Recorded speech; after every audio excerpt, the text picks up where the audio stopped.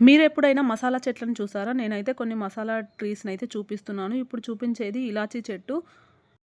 ఈ చెట్టుకి ఇప్పుడు కాతైతే లేదు. ఏప్రిల్ టు ఆగస్ట్ ఆ టైంలో కాస్తుందంట. మసాలాలు అన్నింట్లలో ఇలాచీ ఎక్కువ కాస్ట్ కదా! ఎందుకంటే ఈ చెట్టు నాటినాక 3 సంవత్సరాలకి కాత స్టార్ట్ అవుతుందంట. ఇది 1 ఇయర్‌కి 250 గ్రామ్స్ టు 400 గ్రామ్స్ వరకే కాస్తుంది. అందుకే ఇలాచీ ఎక్కువ కాస్ట్. ఇప్పుడు చూపించేది దాల్చిన చెక్క చెట్టు. సేమ్ మ్యాంగో ట్రీ లానే ఉంది. ఆకులు ఎండిపోతే అవే బిర్యానీ ఆకంట. అలాగే కాండము చెక్క అంట. నాకైతే ఈ విషయం తెలీదు. 2 ఒకే చెట్టు కానీ.